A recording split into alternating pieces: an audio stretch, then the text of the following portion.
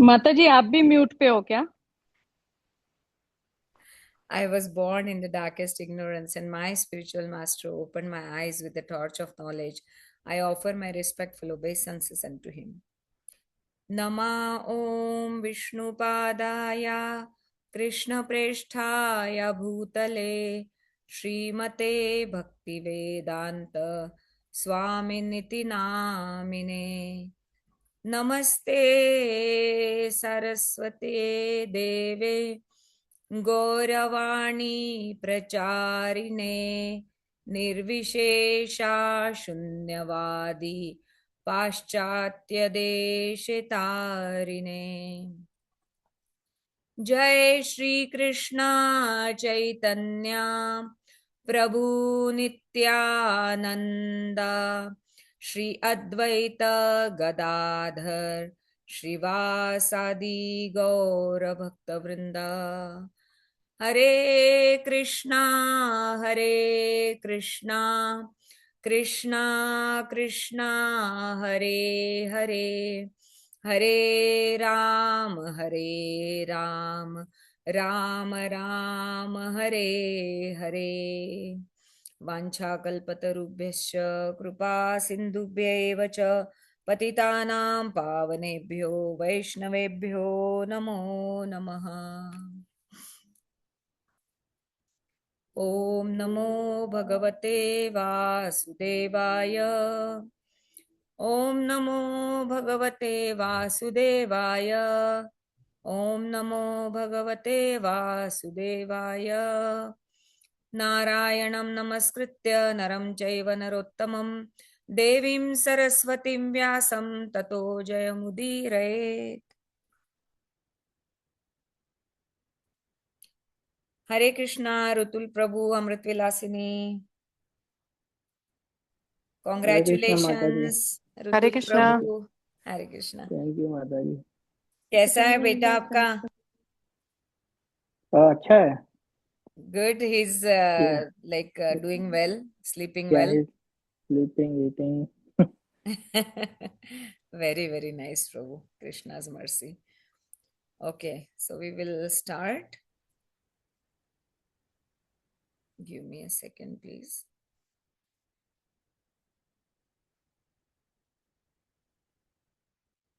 Okay, so chapter 4, Canto 1, Creation, chapter 4, the appearance of Sri Narada. And we are reading about all these questions that these sages are asking to Srila Suta Goswami. And Suta Goswami is now like going to answer all these questions, how he heard from Srila Shukadev Goswami. So last question, so they asked about how Bhagavatam came into being and uh, what inspired Srila Shukadev Goswami to speak Bhagavatam.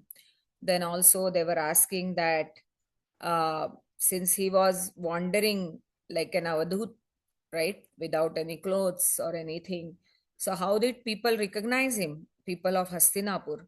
And also they are asking about so many questions about Parikshit Maharaj, that he was shelter of everyone, then why did he decide to leave his kingdom and sit on the bank of Ganges? And um, he had no enemies, right? His kingdom was flourishing, there was no concerns at all, there were no concerns. Still, why did he decide to just sit at the bank of Ganges and just until his death? So all these, they are very curious about all these questions.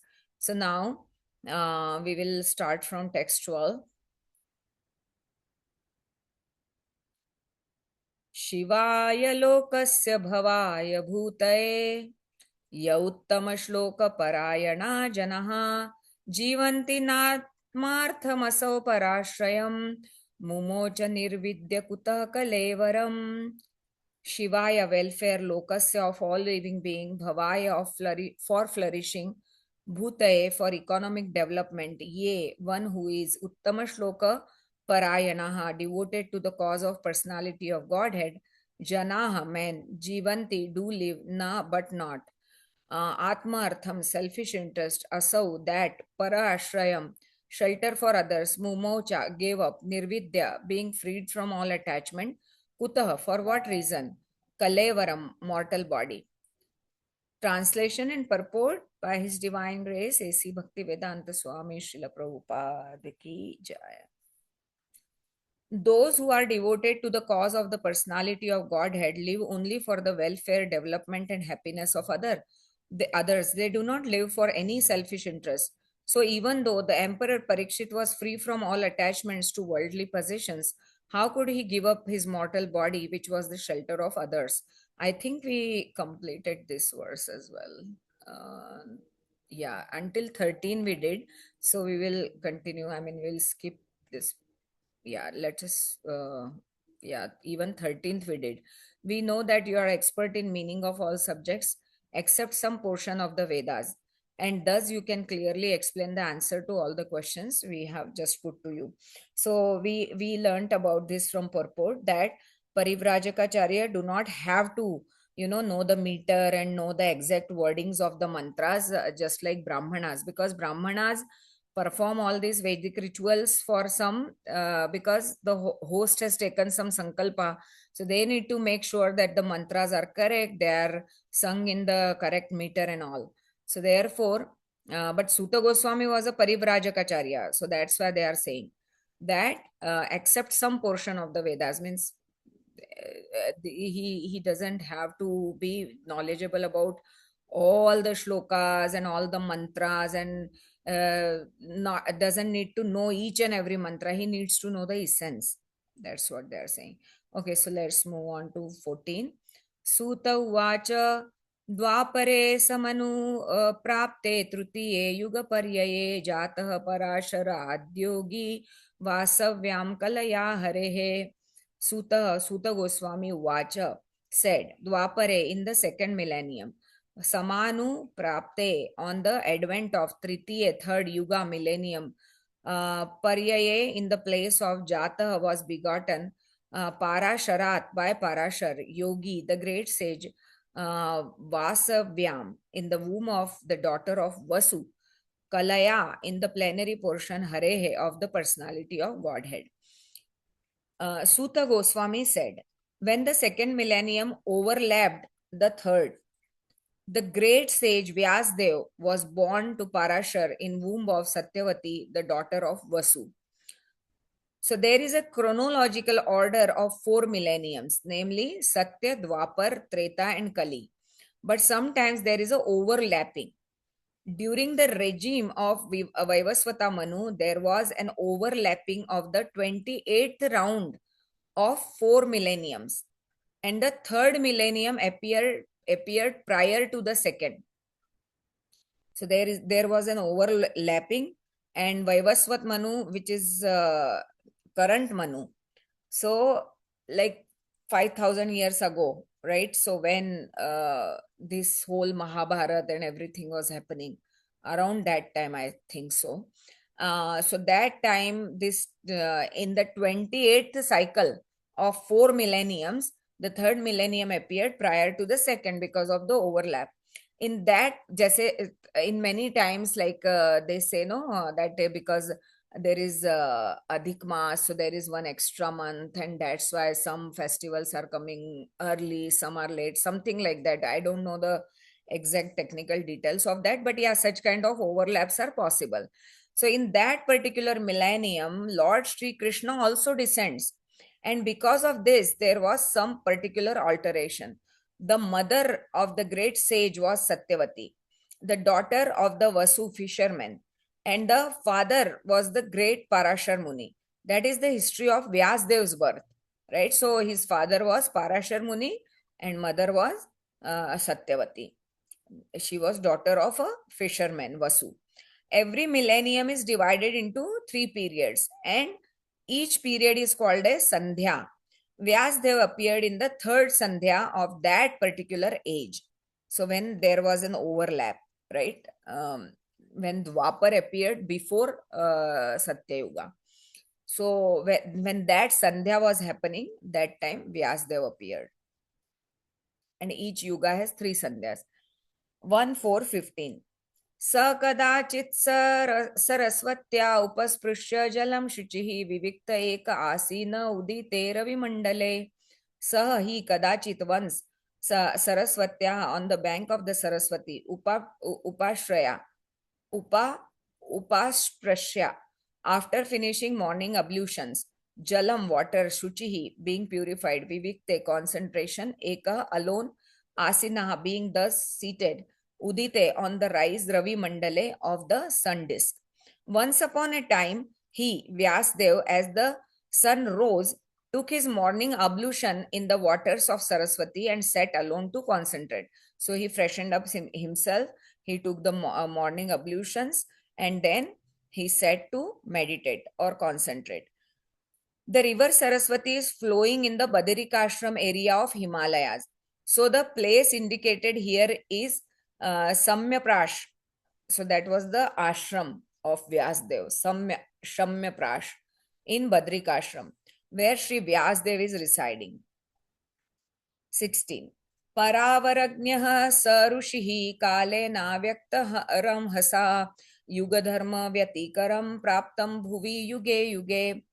Para avara, past and future, jnana, one who knows, saha, he, rishihi, Vyasadev, kalena, by time, avyakta, unmanifested, ramhasa, by great force, yuga dharma, acts in terms of the millennium, vyatikaram, anomalies, praptam, having accrued, bhuvi, on the earth, yuge yuge, different ages. The great sage Vyasdev saw anomalies in the duties of the millennium. Okay, so after Dwapar, Kali Yuga was approaching, right? And there Vyasdev started seeing anomalies, means discrepancies in the values, right? Because he was Trikaldarshi, so he could see in the future as well. This happens on the earth in different ages due to unseen force of time. So now you see that in Kali Yuga, many people are trying to, be in the mode of goodness and, practice certain spiritual practices. But still, it feels like so much unrest is there. So this is what all is force of time, which is nobody can control, right? Like they can tell 100 people, 50 people, 1,000 people, they can teach something. But until and unless there is a whole flooding of goodness in the whole world, this force cannot be stopped, because there will always be such people who are, in mode of other modes, passion, ignorance. So they always will create some kind of disturbances. So that is called as force of time. And Kali has those all bad qualities. Kali Yuga has all those bad qualities which people very easily acquire, because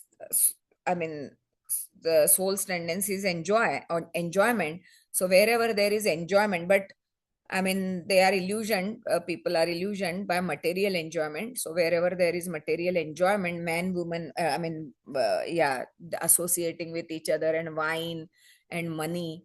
So all this is anomalies of Kali Yuga. Purport. The great sages like Vyasdev are liberated souls, and therefore they can see clearly past and future. Thus he could see the future anomalies in the Kali age, and accordingly he made arrangements for the people in general so that they can execute a progressive life in this age, which is full of darkness. The people in general in this age of Kali are too much interested in matter, which is temporary. Because of ignorance, they are unable to evaluate the assets of life and be enlightened in spiritual knowledge. So people are more interested in, mostly they are in money, right? They are constantly working hard to earn money, which they themselves cannot enjoy sufficiently, right? So they are so much after the temporary. And so all these things Vyasdev saw, and he that's why gave, he had already given a lot of literature, so he actually divided one complex Veda into 4. All that he had already done. Bhautikānām ca bhāvānām shaktirāsam ca tatkrutam ashraddadānāni sattvaन् durmedhāna rasitayushah durbhāgānscha janān vikshya munir divyena chakshusha सर्ववर्णाश्रमाणां यद्दद्यो हितममोघदृक् bhautikānām cha, also of everything that is made of matter, bhavanām actions, shaktim rasam cha, and deterioration of natural power, tatkritam rendered by that ashradhananam of the faithless, niha sattvan, impatient due to want of mode of goodness, durmedhan, dull-witted, rasita, reduced, ayusha of duration of life, durbhagancha, of also the unlucky, janan, people in general, viksha, by seeing muni, the muni, divyena, by transcendental chakshusha vision, sarva, all, varna ashramam of the statuses and orders of life, yat what, the dev, contemplated hitam, welfare, amoghadrak, one who is fully equipped in knowledge. The great sage who was fully equipped in knowledge, so they are talking about Vyasdev, could see through his transcendental vision that the deterioration of everything material due to the influence of the age. So he could see that everything material will deteriorate. He could also see that the faithless people in general would be reduced in duration of life and would be impatient due to lack of goodness. Thus, he contemplated for the welfare of men in all statuses and orders of life. So, this is very important to understand. In general, people will reduce in duration of life, faithless people particularly, and would be impatient due to lack of goodness. So, now we are seeing, right, like the new generation, they want everything right now, right? And the culture of this online shopping and all this, they are bringing the stuff like it's like some kind of siddhi, that you just desire for something and it is at your door within few hours, right? So this kind of lifestyle has already come, and that's why these people keep very impatient and very restless. So if the phone is lost, even we feel very like worry that, oh, where is my phone and why can't I see it, why can't I find it? I mean, for 2-3 hours together, it's so hard to be away from phone, because we think that, oh, some message might be coming, some notification might be coming. So this is all impatience, and this is all called as force of time, because you cannot close the companies, right? The mobile companies, and people will not agree to it. So this force is going to intrude more and more, but it's up to us, up to each individual, that how much influence he wants to allow to himself, right? If we stop, if we don't do the all this scrolling and all that, then it is very much doable. So it's all under our control. Purport: the unmanifested forces of time are so powerful that they reduce all matter to oblivion in due course. In Kali Yuga, the last millennium of a round of 4 millenniums, the power of all material objects deteriorates by the influence of time. In this age, the duration of material body of the people in general is much reduced. So is the memory. So we knew that in Treta there was 100,000 years of lifespan. Then it became 10,000. Then it became in Dwapar 1,000, and now in Kali Yuga it is only 100 years, but still, I mean, average lifespan is like around 70, 80 years only. That's what average is. In this age, the duration of material body of people in general is much reduced, and so is the memory. The action of matter has also not so much incentive. So memory, there, like the sages, the glorious sages in our past, they used to remember the whole shastras, the whole scriptures, in their memory. But now even one verse memorization is so difficult for us. And these are all natural, means, effects of Kali Yuga. This is not somebody's fault. But of course, I mean, soul's tendency is to enjoy. So definitely it goes into the temporary places of enjoyment. And that's where the fault lies, because choice is ours. That's the reason why it becomes our responsibility to choose wisely. The action of matter has also not so much incentive, means even the matter doesn't please so much because of its temporary nature. The land does not produce food grains in the same proportions as it did in other ages. The cow does not give as much milk as it used to give formerly. The production of vegetables and fruits is less than before. As such, all living beings, both men and animals, do not have sumptuous nourishing food. Due to want of so many necessities of life, naturally the duration of life is reduced. The memory is short, intelligence is meager, mutual dealings are full of hypocrisy, and so on. And we all can attest to this, all these things, right? Duration of life has reduced, memory is short, intelligence is meager.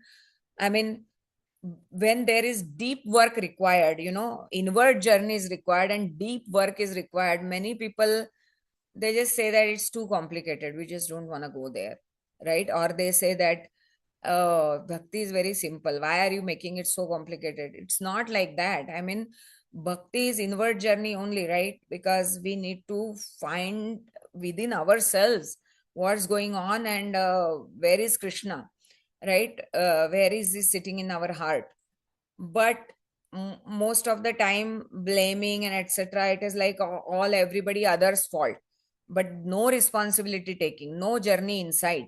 So that is that makes it more complicated actually later on. So temporarily it might feel like okay, why I don't want to pay attention to that, but as long as we don't address the issues that are inside us, um, we are not gonna make much progress, because we are not feeling the feelings, right? And how long we can sustain like that, just like a parrot, we can chant, or we can read without understanding much. So therefore, um, it's very important that some detail work is required, and love lies in details, right? Because if somebody cooks something for their, let's say, mom, so mom, before mom comes from the office, they want to cook something, but that cooking is definitely a loving gesture, but how they arrange the food, and how they make a nice plate, and they keep a handkerchief by the side. So all these small details, actually love lies in there, more deeper love, of course. I mean, love is there when somebody is cooking for someone, but more love is there when we pay attention to these kind of details. And that's what is required in our relationship with Krishna also. Very small details, very beautifully. Of course, it's not recommended by Srila Prabhupada that okay, you spend too much time, because he used to say that deity dressing should be done very swiftly. So I mean, that is also one thing, but that doesn't mean that even if you are doing swiftly, you cannot pay attention to details. Okay, so details are very important, and that's why in bhakti, it's inward journey is very important. We need to know what are the issues within. So duration of life is reduced, and intelligence is meager. So I was speaking about intelligence, that nobody wants to go into complexities. Mutual dealings are full of hypocrisy, and so on. The great sage Vyasdev could see this by transcendental vision. So he already saw all these problems. As an astrologer can see the future fate of a man, or an astronomer can foretell the solar and lunar eclipses, those liberated souls who can see through the scriptures can foretell the future of all mankind. They can see this due to their sharp vision of spiritual attainment. So therefore, in ISKCON also, many times this is a debate that, oh, we should go to astrologer or not, because we should rely completely on the Hare Krishna Mahamantra and chanting. And that's truth. But those who are not on that level, who cannot just completely rely yet on only chanting, then they go to astrologer, and that's okay, because in our scriptures also it has been mentioned multiple times that astrologers had come when Parikshit Maharaj was born. Even when Krishna and Balram were born, so astrologer Gargacharya was there. So he made their chart and everything. Although Krishna doesn't need any chart, because he's supreme personality of Godhead. I mean, how the stars' positions can affect him? He's a controller of everything. But since he had taken human birth, so all those formalities were done. But what is most important is the astrologer needs to be a devotee. he needs to have a spiritual vision, and he needs to have complete faith in Krishna. That kind of astrologer is better to approach if somebody needs an astrologer to approach. And all such transcendentalists who are naturally devotees of the Lord are always eager to render welfare service to people in general. They are the real friends of people in general, not the so called public leaders who are unable to see what is going to happen 5 minutes ahead. In this age, the people in general, as well as their so called leaders, are unlucky fellows, faithless in spiritual knowledge and influenced by age of Kali. They are always disturbed by various diseases. For example, in the present age, there are so many TB patients and TB hospitals. But formerly, this was not so because the time was not so unfavorable. So now there is no TB, but I mean, not so rampant. It's not so rampant, but other diseases are coming up so fast, right? Like cancers, different kinds of cancers, and mental illness. So, I mean, someone can say that, oh, medical science has made a progress, but see, so much is developing also at the same time. So, what is called as progress actually? Only spiritual progress is progress, not material progress as such. I mean, it is temporary. The unfortunate men of this age are always reluctant to give a reception to the transcendentalists who are representatives of Srila Vyasdev and selfless workers, always busy in planning something which may help everyone in all statuses and orders of life. The greatest philanthropists are those transcendentalists who represent the mission of Vyasa, Narada, Madhva, Chaitanya, Rupa, Saraswati, etc. They are all one and the same. The personalities may be different, but the aim of the mission is one and the same, namely to deliver the fallen souls back home, back to Godhead. Right? So actually in this verse, Vyasdev is seeing in future, in the Kali Yuga, people will be very unlucky, their lives duration will be short, and they will be influenced by the force of time, values will degrade, all that. So he is seeing all this after refreshing himself and when he was sitting in the meditation. So yeah, this is short, so we will finish this and then we will end. चतुर्होत्रं कर्म शुद्धं प्रजानां वीक्ष्य वैदिकं व्यददाद्यस्य व्यददाद्यज्ञ संतत्ये वेदमेकं चतुर्विधं four hotram, sacrificial fire, karma shuddham, purification of work, prajanam, of the people in general, viksha, after seeing Vedikam, according to Vedic rites, Vyadadat, made into yagna, sacrifice, shanta yai, to expand, santatyai, vedam ekam, only one Veda, chatuvidam, in the 4 divisions. He saw, who? Vyasdev, in his meditation. He saw that the sacrifices mentioned in the Vedas were means by which the people's occupation could be purified. Right? The sacrifices mentioned in the Vedas were actually the means by which the people's occupations could be purified. Why occupations? Because see, most of us are doing the occupational duty of Shudras, because we are not following these 4 Varna and Ashramas. So there are Brahmanas whose work is to give knowledge and to study. Then Kshatriya, their job is to do administrative services. And Vaishyas, their job is to take care of the cows and all the kettles and domestic animals and business. And Shudras, they are actually executors of work, which is planned by other classes. Right? So, but now everybody is doing each other's work, right? And most of us are like having a manager or a boss whom we are reporting to. This is all Shudra work, right? So we don't know what is our Varna, what is our Ashrama, although many of us might be born in Brahmana families, but we are not doing studies and we are not engaged into sharing that knowledge. Nowadays we are doing certain things small, like some bhakti vriksha here and there, some readings like that, but still our full complete occupation, the source of income or revenue or life, it is job and all that, right? So that's what Vyasdev was seeing. And that's why this occupation needs to be purified. And how do we purify our occupation? By charity. So when we get some money or salary, we perform charity, and also we perform services at the temple. So uh, he saw that the sacrifices that were mentioned in the Vedas were means by which the people's occupation could be purified. And to simplify the process, he divided one Veda into four in order to expand them among men. Formerly, there was only one, the Veda of the name Yajur, and the four divisions of sacrifices were specifically mentioned. But to make them more easily performable, the Veda was divided into four divisions of sacrifice just to purify the occupational service of four orders. Above the four Vedas, namely Rig, Yajur, Sama, and Atharva, there are Puranas, the the Mahabharata, Samhitas, etc., which are known as fifth Veda, right? So after this came Puranas and Mahabharata, Samhita, etc.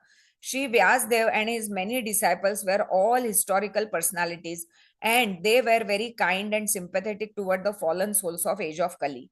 As such, the Purana and Mahabharata were made from related historical facts which explained the teachings of the four Vedas. So Puranas and Mahabharata were based on these Vedas actually, but they were made from related historical facts which explained the teachings of four Vedas. So they were relatively simpler. So when like Prabhupada gives a commentary, what does that mean? That he wants to present it in a simple way. Similarly, these Mahabharata, Itihasas, and other Puranas, they are presented. They are presenting Vedas only, but in a simpler form. Okay, there is no point in doubting the authority of the Puranas and Mahabharata as parts and parcels of the Vedas. In the Chandogya Upanishad 714, the Puranas and Mahabharata, generally known as histories, are mentioned as the fifth Veda. According to Srila Jiva Goswami, that is the way of ascertaining the that is the way of ascertaining the respective values of the revealed scriptures. According to that is the way of ascertaining respective values. Yeah. So all these scriptures are valuable. It's not like any scripture is of less importance. All these are very, very important and valuable. So yeah, we will stop here and then maybe we'll take a recap of this verse next time and then continue. Anybody wants to share anything quickly?